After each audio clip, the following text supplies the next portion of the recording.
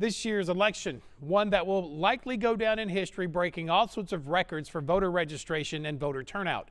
Well, today, KSLA News 12's Destiny Patterson talked to the family members of a man who was very influential in the movement for voters' rights right here in the Arklatex. The 15th Amendment gave black people the right to vote across the United States, but there were still practices in place that prevented them to register or exercise the right to vote. I sat down with the daughter of one of the first black men to get registered in DeSoto Parish, and she says it's important to remember where we started. They did the same thing the next day for so many days. They went back and forth, back and forth. They said, "Didn't we tell you all these days, yesterday and the day before, that we can't register you?" They were very polite. "Yes, sir, yes, ma'am." But that was yesterday. This is a new day.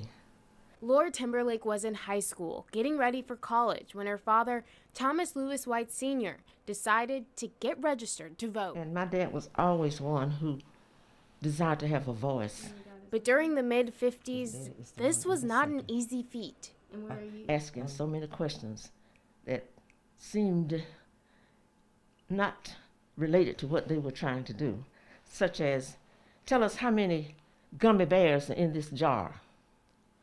Recite the preamble to the Constitution. And it was not safe either. Those were times when Afro-Americans literally had very few rights. We would hear on the news things that had happened to people. They didn't let that stop them.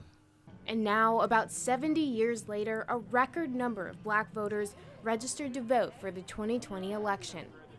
I feel that those that are crying out to be heard are loyal citizens who really want to be heard, who really want to have a voice in government, who really want to see equal rights among all peoples. Timberlake says everyone should get registered and exercise their God-given right to vote.